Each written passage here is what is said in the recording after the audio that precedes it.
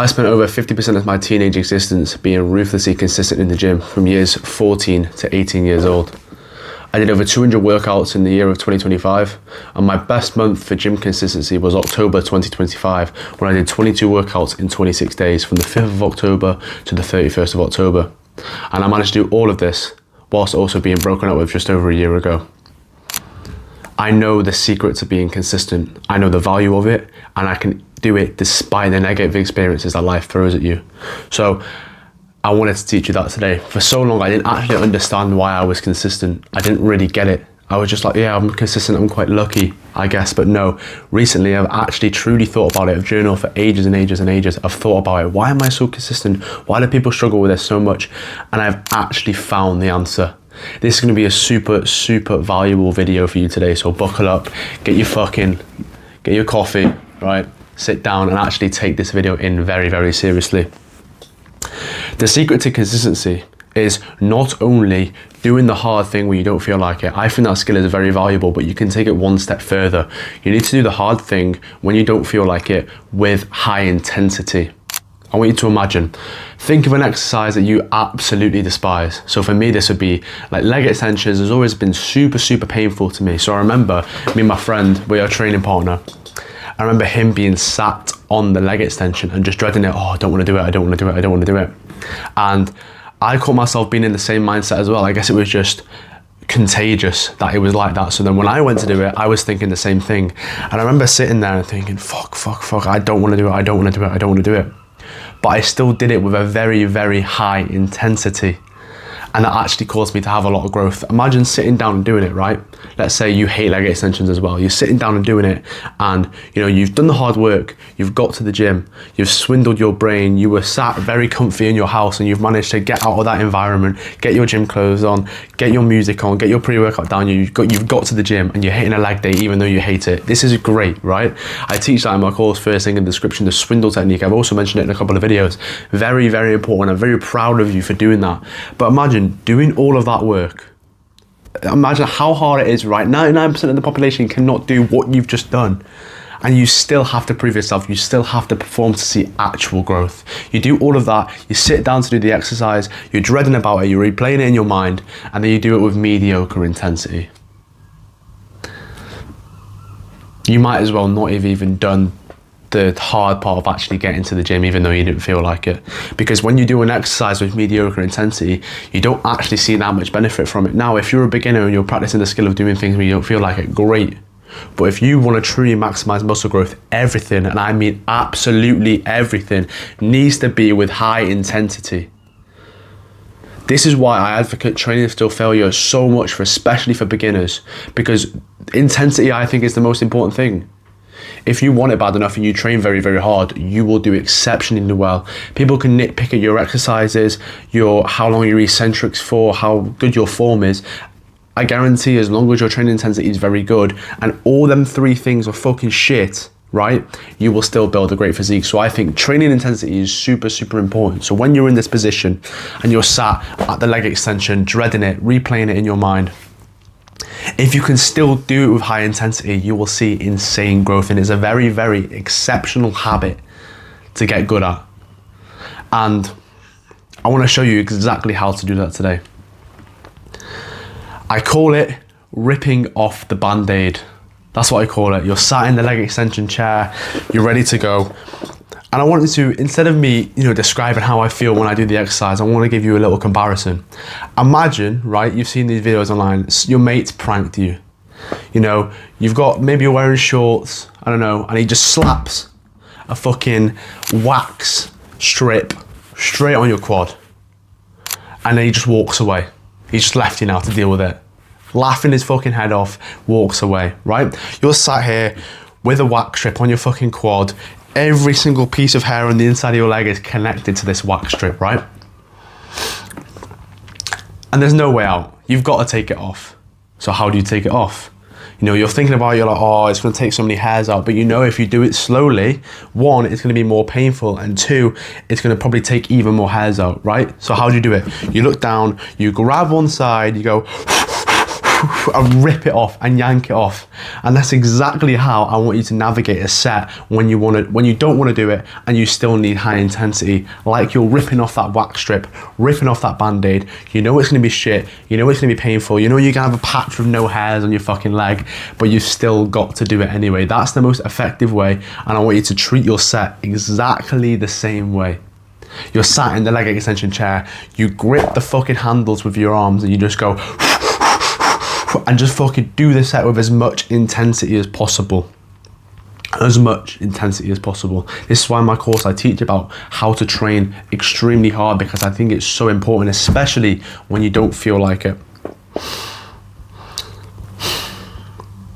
How to do it, how to get this hype, how to go, you know, that like little moment when you're feeling so energetic, because when you don't feel like it, it's very hard to get into that mode. It's very hard to be like, you know what, let's go for it. Sometimes you're just not feeling like it. So you need to be able to get your mind into the right place, into the right emotional frequency.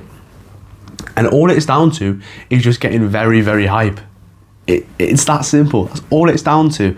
You need to flip your mindset. You know, when you're just going through the motions, you're not really feeling like it and you don't feel hype, you get like 4 less reps than the week before. It's very, very important that you stay very hype, very high emotional frequency, very high arousal. So you need to be able to learn to get yourself into that state, and that allows you to do things when you don't feel like it with extremely high intensity, to see most growth even though you don't feel like it. So consistency actually means something, right? So I want to teach you exactly how to do that. The more hype you be, the better intensity your set will be, the better growth you'll have. So to get very hype, you need to do visualizations and hyperventilations, right? So what a visualization is, you're just imagining something. So you know, like I said in the intro, got broken up with. And as anyone knows, as it gets broken up with, you get something called heartbreak gains when you go to the gym. You're so angry, you're so upset with the negative experience that you just dealt with that you channel it into lifting weights, and you see the most growth you've seen ever, right? Because you are in such a high arousal state, high emotional frequency, which will increase the intensity of your sets, which means you'll get more growth, right? And that's because you are, 1, upset, and 2, you constantly visualize this thing that gets you angry, that gets you higher in arousal. When you're broken up with, you think about her with someone else, you think about what she said to you that day, you think about how you felt on that night, right? Whatever it may be for you. And then that causes you to be more angry, higher emotional frequency, hit the set. Visualization genuinely works. So let's even say you don't have anything to be angry about right now. I guarantee in your past, someone did you dirty, someone's done you wrong. And people call it like darkness. I like to call it like dark energy. I don't know, it sounds woo-woo and bullshit, but just trust me on it. When someone's done you dirty, it's good to use it as fuel instead of suppressing it and pushing it down and never thinking about it again. And I forgive them. You might as well use it to your benefit. It's happened to you anyway. It's already fucked you up in the past. Now let it use it for its benefit. There's nothing wrong with it. You don't have to tell anyone. You don't have to broadcast it onto the internet like I am. So I'll take the risk of looking like a dickhead just to teach you that this actually fucking works. Don't tell anyone this. It's fine. It's cringe to talk about. I get it. But it genuinely works. Think about, I don't know, your best friend who got with your ex. Think about, I don't know, she did you dirty. Whatever it may be. Think about, I don't know, your parents said something to you that genuinely hurt your feelings, that pissed you off. Or whatever it may be. Someone's done you dirty. Right? And you need to visualize it, replay that moment in your head. What did she say? Where were you? How did you feel? And then instantly you'll feel your arousal, your emotional frequency get higher and higher and higher. And then you could just and push that set extremely hard. So even though you didn't feel like it, now all of a sudden you've got a surge of energy because of the visualization you've just done. Now you feel like it. Now you'll push with high intensity. And that's the key. Another thing you could do, hyperventilation. You know how we said before about ripping the wax strip off, and you know you're breathing heavy? That's hyperventilation. Now intentional hyperventilation can actually be very beneficial. When you are doing it unintentionally, obviously that's a bad thing. You know, every time I think about unintentional hyperventilation, I think of Milhouse from The Simpsons with his plastic bag going like that. That's not good. But when you do it intentionally, it fucking works. It's why every powerlifter goes, yeah, buddy. breathes heavy because it gets him in the right emotional state. So hyperventilation genuinely does work. Hyperventilation, affirmations, I'm strong, I can do this, they all fucking work. So just try them. Write it down on a training app, have an intention. You know, I want to have hyperventilation this session. I want to, you know, give me some affirmations and just see what it does. And I guarantee you'll get an extra rep from it. Another thing that I've got down here is spectators increases your hype. Now, the other day, I seen this guy that's absolutely jacked, right? So I have a training partner and his mate trains, but I don't know his mate that well, but all I know is that he's absolutely jacked. And he walked into the gym talking to my training partner as I was doing my one set of squats, my second set, 140 kg. And the most I've ever got with 140 kg on squats is 8 reps, right? That's the most I've ever got, right? He comes and walks in. I see him, I let on to him, he's talking to my training partner as I do the set. I get 2 extra reps, I get 10 reps, which 4 years down the line, 2 extra reps in one session is fucking insane for me, right? I'll take it every day of the fucking week. Why do you think that was? It's because I had a spectator to prove something to. It's why when you have a training partner, especially if it's a girl as well that you want to impress, you will get more reps because you are so determined to impress that person, get extra reps, that you will actually do it. It's weird. So having a spectator that you care about, that you want to impress, will then cause you to be more up for it, actually feel like you want to do it, which is the problem in the first place, right? You know, when you are in a set and you don't want to do it and you feel lethargic, that's when it's mediocre. So you feel like you want to do it because of the spectator that you want to impress, then you'll actually go and get extra reps. You'll hit the set with increased intensity and grow a lot more muscle from that set. It's insane. So having a spectator, maybe go to a gym with a training partner that you want to impress. Maybe, you know, someone walks in, you've got a gym crush that's in there, go to the same time as her. Like, I don't know, whatever method you may be, when you have a spectator that you genuinely care about their opinion, you know, you will push and do more weight. They're the things: visualization, hyperventilation, you can do affirmations, spectators, and also using the dark energy, like we said, visualize who did you wrong and it will get you into high intensity. That's all the ways to be hype.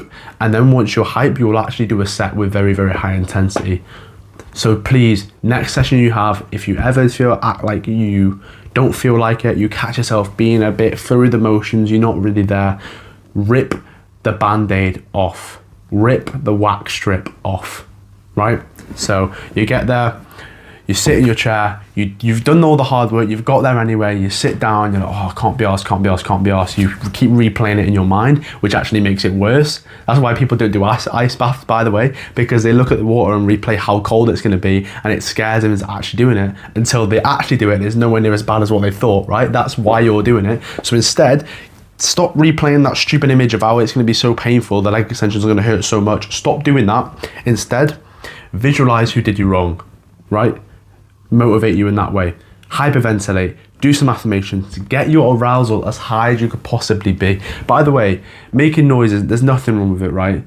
I know you're thinking, oh, if I hyperventilate or I say an affirmation, people are going to hear it and think I'm a weirdo. I've done it so many times to the point where I guarantee it's louder than the headphones, right? No one said a word, and I'm a fucking cringy broccoli head teenager, so who the fuck, if anyone's going to say something, it's to fucking me, right? No one said a word, so no one's going to care, no one's going to think anything of you. You're not going to end up on a fucking video and Joey Swole's going to react to it saying, stop making fun of him. None of that's going to happen, right? So it's completely fine. So the most important thing, try and get your arousal as high as possible, so now you're hyped, so now you're going to hit the set with high intensity. And when you hit the set with high intensity, you'll see so much more growth. So another thing, if you're worried, oh, I'm going to make noise and stuff like that, think about the trade-off. People are going to think you're a little bit weird until they find out it actually works. So you're going to grow so much muscle. I think it's a pretty good fucking trade-off, bro. So in your next session, when you catch yourself not feeling like it, you're going through the motions a little bit, rip the wax strip off, rip the band-aid off. I'm telling you, it fucking works. Every time I do this, every time I higher arousal and I get extra reps, I feel great. I build my muscle 100% in those sessions compared to the ones where I'm going through the motions. You know, and I attribute the majority of my progress, I'm actually training very, very hard. So if you want to get absolutely jacked like me, description, bullshit, right? Rip the band-aid off. I guarantee you'll see insane growth from that. So without further ado, just check the links down in the description. Like I said, we teach about how to build your dream physique as a teenager, or even if you're older, who matters? Loads of boys in there on the same path as you. You can find trading partners, accountability buddies, all that sort of stuff. You get direct message access to me as well, which fitness coaches are charging thousands and thousands of pounds for. It's an insane steal, bro. I guarantee you, go check it out when you feel like my free advice has already helped you. Also, my other social medias are in the description, so all my DMs are open on there. So if you want free advice from me, if you've got any questions about this or any question about it in general, my DMs are open, right? So feel free to send me a message in case you don't trust me anyway. Without further ado, bro, go have a good session. I'm hitting back today, gonna rip the fucking band-aid, rip the rack strip, and I will see you later.